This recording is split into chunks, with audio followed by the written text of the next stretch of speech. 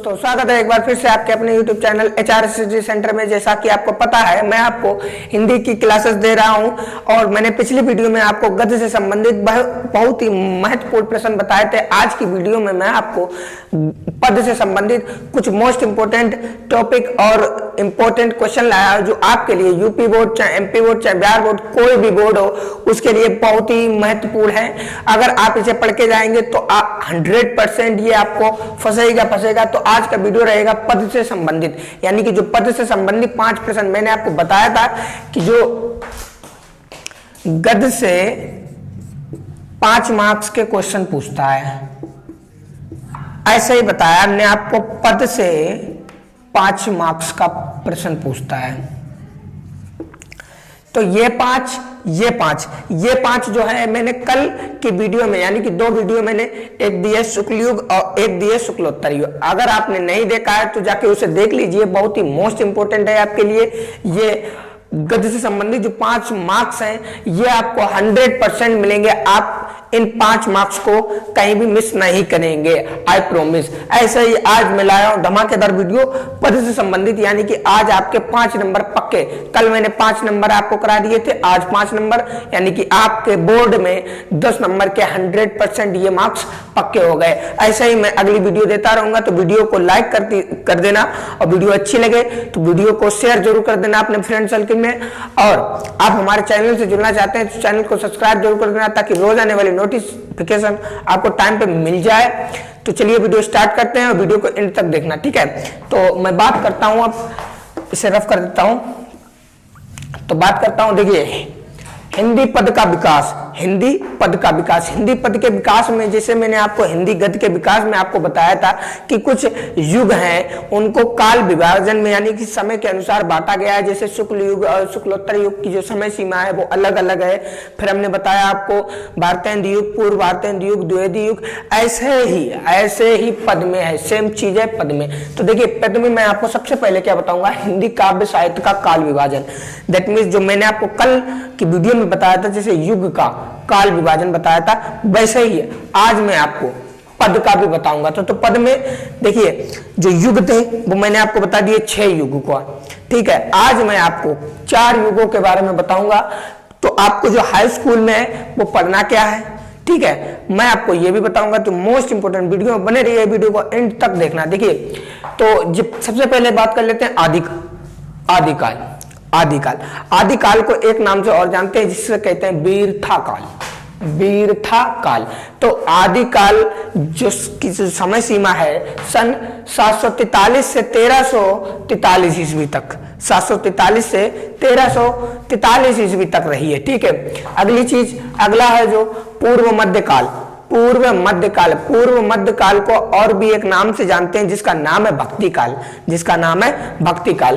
पूर्व मध्यकाल या भक्तिकाल। देखिए, पूर्व मध्यकाल जो है वो सन 1343 से 1643 ईस्वी तक के समय को पूर्व मध्यकाल माना जाना है। दैट मीन्स भक्ति काल माना जाता है, ठीक है। अब बात करते हैं तीसरे काल की, क्या है वो तीसरा काल, उत्तर मध्यकाल को हम रीति काल भी कहते हैं, रीति काल। खास तौर से ज्यादा आपको रीतिकारी में लिखा मिलेगा, जो उत्तर मध्यकाल है ये आपको बहुत ही कम मिलेगा, तो रीतिकाल ज्यादा आपको मिलेगा। तो रीतिकाल पर ध्यान रखना है, ठीक है।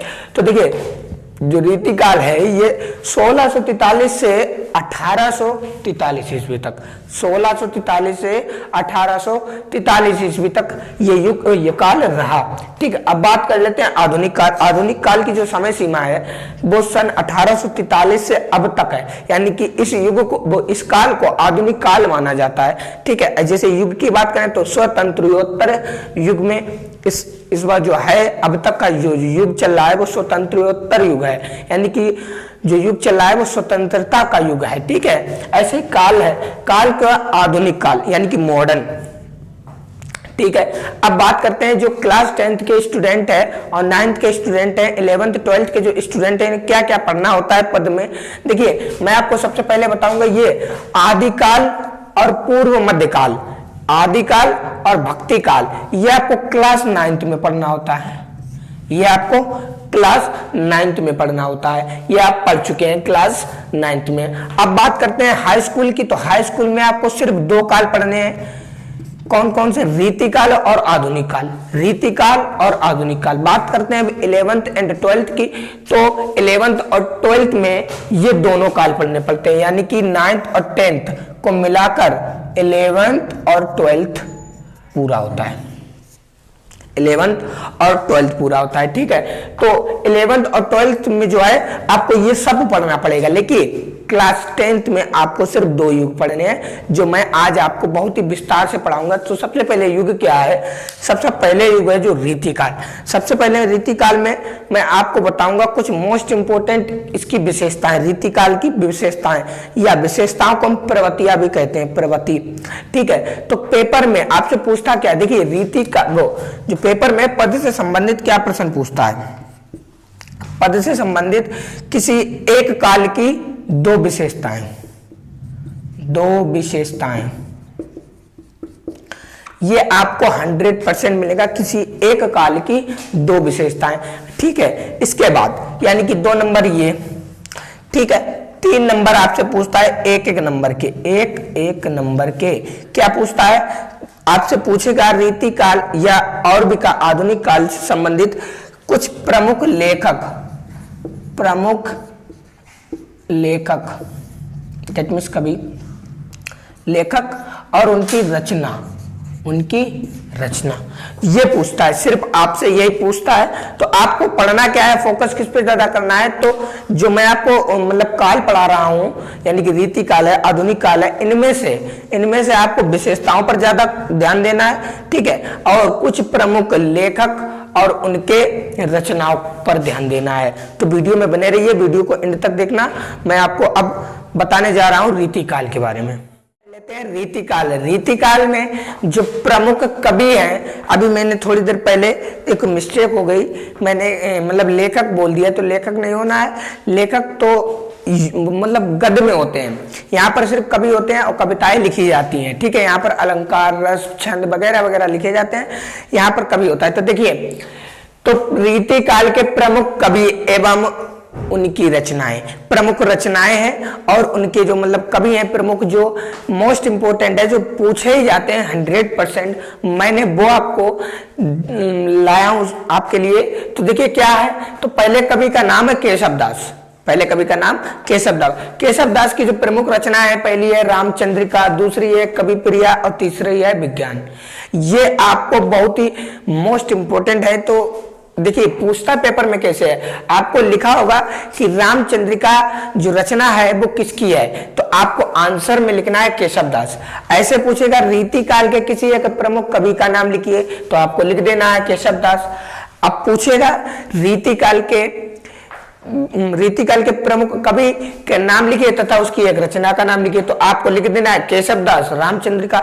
इस प्रकार से प्रश्न आपसे पूछता है, जैसे कि आपसे मतलब जो प्रश्न है युग में पूछा था, दैट मीन्स मैंने आपको शुक्ल युग और शुक्लोत्तर युग बताया था, उसमें पूछा था, तो वैसे ही आपको इसमें भी पूछेगा। तो इसमें आप देखिए केशव दास मैंने बता दिया, केशव दास की जो प्रमुख 3 रचनाएं मैंने बताई, वैसे है तो बहुत, मैंने आपको प्रमुख बताई, इंपॉर्टेंट बताई, ठीक है।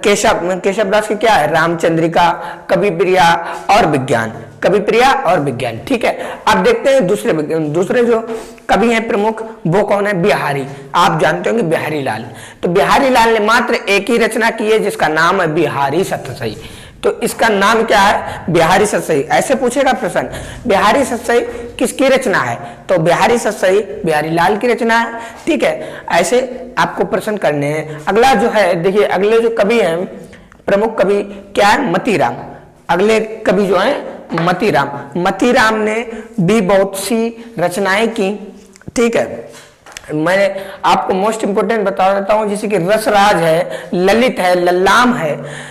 रसराज, ललित, लल्लाम, ये जो मतीराम की बहुत ही इंपॉर्टेंट रचनाएं हैं, जो आपसे प्रश्न, आपसे यूपी बोर्ड के या बिहार बोर्ड के, एमपी बोर्ड में पेपर में पूछता ही पूछता है, तो इन्हें याद कर लीजिए। बस आपको इतना ही याद करना है, इतने में आपको फंस जाएगा, आई प्रॉमिस।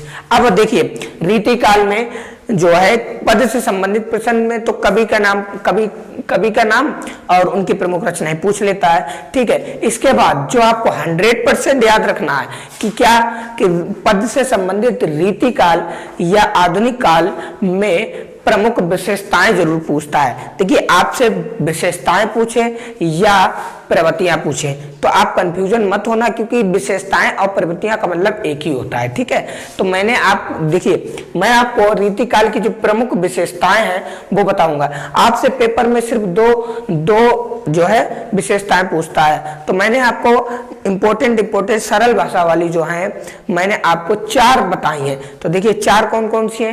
पहली है कला पक्ष की प्रधानता, दूसरी है रीति ग्रंथों का निर्माण, तीसरी है आश्रयदाता की प्रशंसा करना, चौथी है श्रृंगारिक रचनाओं की प्रधानता। ये आपसे केवल रीतिकाल में पूछा जाएगा। अब अगली वीडियो में मैं आपको आधुनिक काल बताऊंगा। देखिए आधुनिक काल थोड़ा बड़ा है, क्योंकि आधुनिक काल के अंदर भी कई काल आए, ठीक है। तो इसके बाद मैं आपको बताऊंगा आधुनिक काल।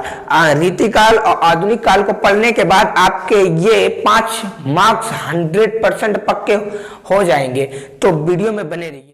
अब बात कर लेते हैं आधुनिक काल। देखिए आधुनिक काल मैंने अभी बताया था।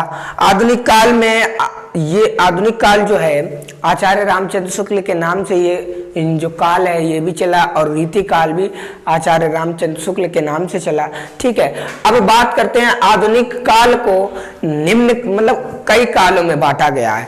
आधुनिक काल को कई कालों में बांटा गया है, जो कि मतलब अभी मैंने बताया था कि जो पद से संबंधित युग थे उसी प्रकार से, ठीक वही, ठीक है। तो देखिए पहला है भारतेंदु युग। पहला जो है भारतेंदु युग, इसकी समय सीमा क्या है, इसका भी काल विभाजन बताया गया है। इन सभी का काल विभाजन देखिए बताया गया, इंपॉर्टेंट है। भारतेंदु युग सन 1857 ईस्वी से सन 1900 ईस्वी तक, सन 1857 ईस्वी से सन 1900 ईस्वी तक के युग को भारतेंदु युग माना जाता है। देखिए कुछ समय का मतभेद हमारे कवियों में रहा है, तो 2 साल आगे पीछे का समय है, तो आप टेंशन मत लीजिए, आपके जो बुक में है वही सबसे बेहतर रहेगा, ठीक है। तो आप कंफ्यूज मत होइए।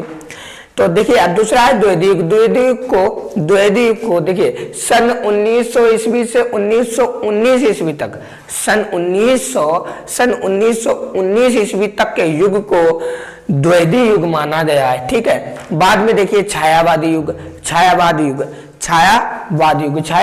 जो है सन 1920 ईस्वी से 1936 ईस्वी तक के युग को छायावादी युग माना गया है, अगला है प्रगतिवादी युग सन 1938 ईस्वी से 1936 ईस्वी तक के यहाँ पर होगा, यहाँ पर 1936 और यहाँ पर हो जाए यहाँ पर 1936, यहाँ पर 1943, थोड़ा मिस्टेक हो गया लिखने में।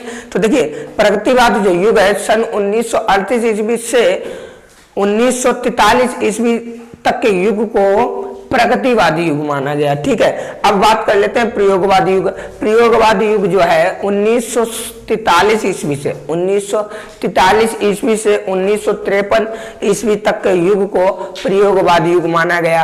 अब बात कर लेते हैं नेक्स्ट एंड लास्ट जो है नई कविता को सन 1953 से और अब तक नई कविता का युग माना जाता है, जो नई कविताएं लिख रहे हैं कवि लोग, ठीक है। तो अब जो है ये आधुनिक काल को इतने भागों में बांटा गया है, इतने कालों में बांटा गया है। अब आधुनिक काल में जो मोस्ट इंपोर्टेंट प्रमुख कवि हैं और उनकी रचनाएं हैं वो हमको पढ़ लेनी है। तो बहुत ही इंपॉर्टेंट ये चीज है, आपसे 100% हर बार हर साल आता है ये चीज। तो आधुनिक काल के युगों में जो युग मैंने बताए थे, आधुनिक काल जो बताया अभी, आधुनिक काल में मैंने भी ये भी बताया कि कौन कौन से युग हैं जो आपको पढ़ने हैं और उनमें क्या क्या पूछा जाता है, ये भी मैंने आपको बताया।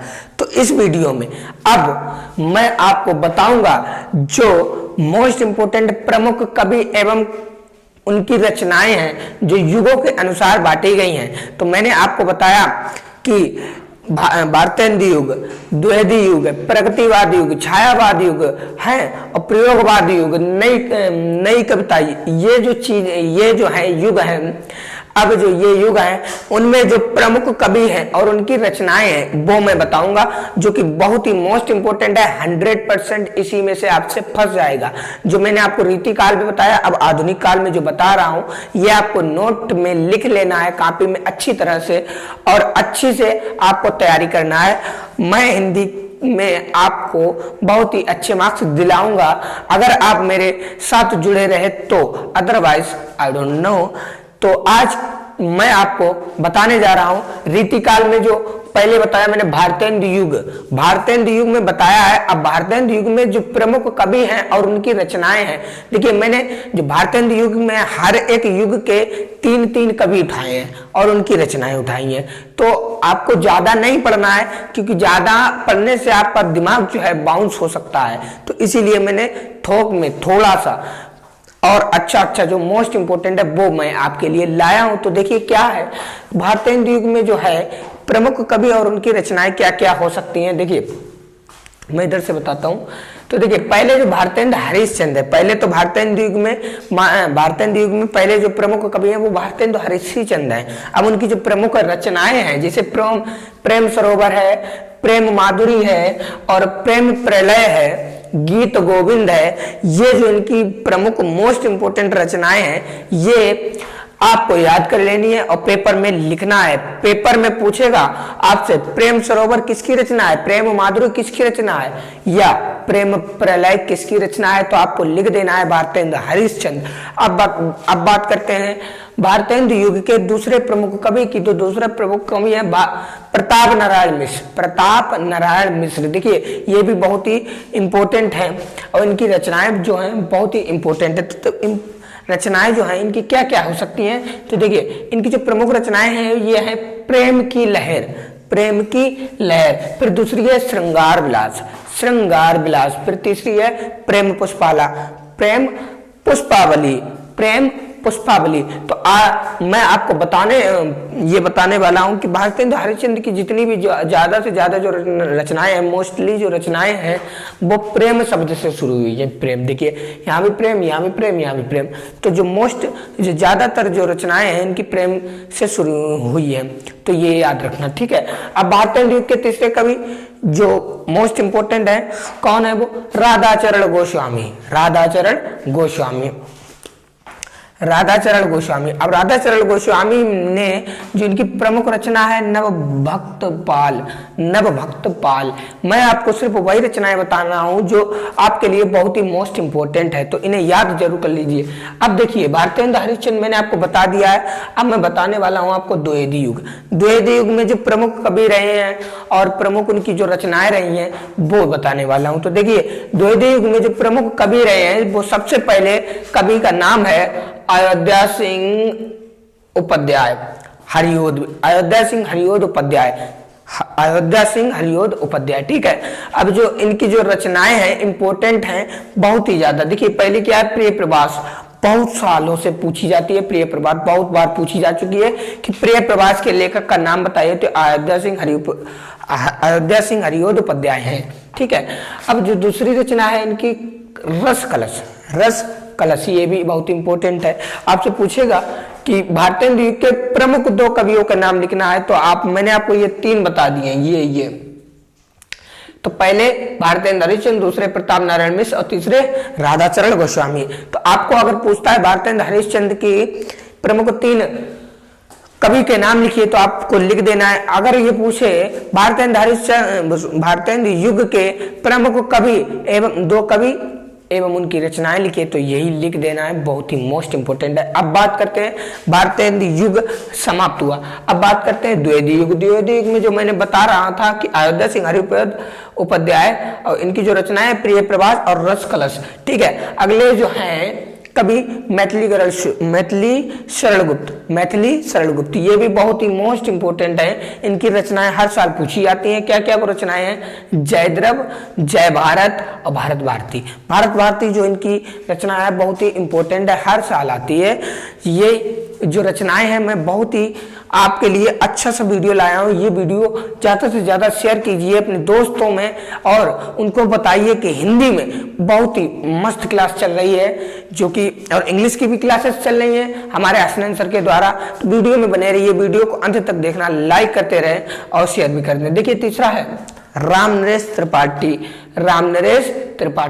इनकी जो प्रमुख रचनाएं हैं, देखिए मिलन स्वप्न और दूसरी है मानसी, तीसरी है पथिक, और तीसरी है पथिक। ये इंपोर्टेंट है। देखिए अब जो है भारतेंदु युग हो गया, द्विवेदी युग हो गया। अब बात करते हैं छायावादी युग। जो छायावादी युग में प्रमुख कवि रहे हैं उनकी प्रमुख रचना के बारे में मैं बताऊंगा। क्या कौन कौन से जो प्रमुख कवि हैं? देखिए पहले बहुत ही इंपॉर्टेंट, इन पे स्टार बना लीजिए, स्टार, क्योंकि ये बहुत ही ज्यादा पद से संबंधित या गद्य से संबंधित बहुत ही इंपॉर्टेंट रहे हैं। ये कवि भी रह चुके हैं और लेखक भी रह चुके हैं। कौन है ये? जयशंकर प्रसाद की जो रचनाएं हैं आपको पेपर में 100% मिलेगी। तो इन्हें बहुत ही अच्छे से पढ़ना है और अच्छे से समझना है, ठीक है। तो देखिए जो जयशंकर प्रसाद है, इनकी जो प्रमुख रचनाएं हैं वो झरना बहुत ही इंपॉर्टेंट है। कामायनी, ये भी बहुत ही इंपॉर्टेंट है। आंसू और लहर, ये भी इनकी बहुत ही मोस्ट इंपॉर्टेंट जो रचनाएं हैं वही बता रहा हूं। आंसू, लहर, झरना, कामायनी जो है इन्हें याद कर लेना है बहुत ही अच्छी तरीके से, ठीक है। अगले जो कवि हैं सूर्यकांत त्रिपाठी निराला, ये भी जो है छायावादी युग के प्रमुख कवि रहे हैं। इन्होंने बहुत ही अच्छी रचनाएं भी की हैं, कविताएं भी लिखी हैं। तो देखिए जो सूर्यकांत त्रिपाठी निराला हैं, इनकी प्रमुख जो रचनाएं हैं, देखिए पहले क्या है? परिमल इनकी बहुत ही इंपॉर्टेंट रचना है। दूसरा है अनामिका, बहुत ही ज्यादा पूछे जाने वाली जो है रचना है अनामिका। आपसे पेपर में पूछेगा कि अनामिका किसकी रचना है, तो आपको लिख देना है सूर्यकांत त्रिपाठी निराला की है, ठीक है। अगली देखते हैं रचना इनकी जो है तुलसीदास इन्होंने लिखा है, जो कविता है, रचना है, ये तुलसीदास है, ठीक है। और अब बात करते हैं जी, देखिए छायावादी युग भी हो गया। अब बात करते हैं प्रगतिवाद में जो मोस्ट इंपोर्टेंट प्रमुख कवि हैं और उनकी रचनाएं बात कर, लेकिन ये देखिए तीसरा है छायावादी युग में महादेवी वर्मा। ये तो 100% आता है। ये भी इस पे स्टार बना लीजिए, बहुत ही ज्यादा इंपॉर्टेंट है। महादेवी वर्मा, इनकी रचनाएं क्या क्या है? यामा, बहुत ही मोस्ट इंपॉर्टेंट है। इसे अभी अपने कॉपी में नोट जरूर कीजिए। फिर दूसरी है नीरजा, तीसरी निहार और चौथी है रश्मि और पांचवी है सांध्य गीत। ये बहुत ही मोस्ट इंपोर्टेंट रचनाएं हैं जो क्लास 10th 9th 11th सभी के लिए, चाहे वो कॉम्पिटिटिव के एग्जाम भी की तैयारी कर रहा हो, सभी के लिए बहुत ही ज्यादा इंपॉर्टेंट है ये वीडियो। तो ज्यादा से ज्यादा इसको शेयर जरूर करें। तो देखिए प्रगतिवाद में जो पहले प्रमुख कवि रहे हैं वो है केदारनाथ अग्रवाल की जो प्रमुख रचनाएं हैं वो है अपूर्वा। फिर दूसरी है नींद के बादल, तीसरी है आग की आईना। ये जो है बहुत ही इंपॉर्टेंट है, ठीक है। अगले प्रमुख कवि रहे हैं वो हैं रांगेय राघव ने जो प्रमुख रचनाएं लिखी हैं वो अजय खंडहर मेधावी, ठीक है। अगले जो प्रमुख कवि हैं वे है त्रिलोचन। अब बात करते हैं त्रिलोचन ने जो प्रमुख रचनाएं लिखी हैं वो क्या क्या है? धरती। अब धरती के बाद है मिट्टी की बारात। ये जो रहे प्रगतिवाद के है। अब बात कर लेते हैं प्रयोगवाद के। देखिए प्रयोगवाद में ये रहा प्रयोगवाद। अब प्रयोगवाद में भी मैंने 3 लिए हैं, तो हर एक युग में मैंने 3 कवि और उनकी बहुत सारी रचनाएं ली हैं, ठीक है। अब बात करते हैं प्रयोगवाद में जो प्रमुख कवि हैं, पहले अज्ञेय, ठीक है। अज्ञेय ने जो प्रमुख रचना की है वो क्या क्या है, देखिए, एक है आंगन के पार द्वार, दूसरे है सुनहरे शैवाल, ठीक है। जो तीसरे प्रयोगवाद के कवि हैं वो रहे हैं धर्मवीर भारती, देखिए धर्मवीर भारती हैं, और जयशंकर प्रसाद है, महादेवी वर्मा, ये तो बहुत ही इंपॉर्टेंट है, इन्हें याद जरूर कर लेना, ठीक है। अब बात करते हैं कनुप्रिया, जो धर्मवीर भारती की प्रमुख रचना है वो कनुप्रिया है, ठीक है। इसके बाद बात करते हैं अंधायुग इनकी भी बहुत ही इंपॉर्टेंट रचना है, ठीक है। अब बात करते हैं तीसरे कवि कौन है, भवानी प्रसाद मिश्र, इनकी देख लेते हैं प्रमुख रचना क्या क्या है, खुशबू के शिलाशेख, और दूसरी है गीत। अब बात करते हैं नई कविता में जो प्रमुख कवि आए हैं और उनकी रचनाएं हैं वो बता देता हूं मैं। देखिए, नई कविता में जो प्रमुख कवि हैं वो है कुंवर नारायण, ठीक है। इनकी जो प्रमुख रचना है वो चक्रव्यूह। कुंवर नारायण की जो प्रमुख रचना है वो क्या है, चक्रव्यूह, ठीक। दूसरे जो कवि हैं वो कौन है, दुष्यंत कुमार, ठीक है। दुष्यंत कुमार की जो प्रमुख रचना है वो है सोए में धूप। तो ये पद से संबंधित ये वीडियो आपको 5 मार्क्स 100% ये दिलाएगी, तो वीडियो को एंड तक देखते रहिए और वीडियो को लाइक जरूर लें, अपने फ्रेंड सर्कल में शेयर ज्यादा से ज्यादा करें ताकि वो भी इंग्लिश की बेहतरीन सी तैयारी कर पाए, ठीक है, हिंदी की बेहतरीन सी तैयारी कर पाए। और इंग्लिश हमारे एसएन सर आपको रोज के रोज इंग्लिश की अच्छी से अच्छी धुआंधार वीडियो प्रोवाइड करा रहे हैं, ठीक है। अब ये जो है इसे आप अपने कॉपी में नोट कर लीजिए, और ये 5 मार्क्स, यानी कि कल मैंने आपको गद्य से संबंधित बताया था, आज मैं आपको पद से संबंधित वीडियो प्रोवाइड करा रहा हूं। ये 2 वीडियो आपको 10 नंबर 100% दिलाएंगे। अगली वीडियो में मैं देखता हूं, बहुत ही इंपॉर्टेंट टॉपिक है जो आपका, वो बताऊंगा, ठीक है। तो जय हिंद।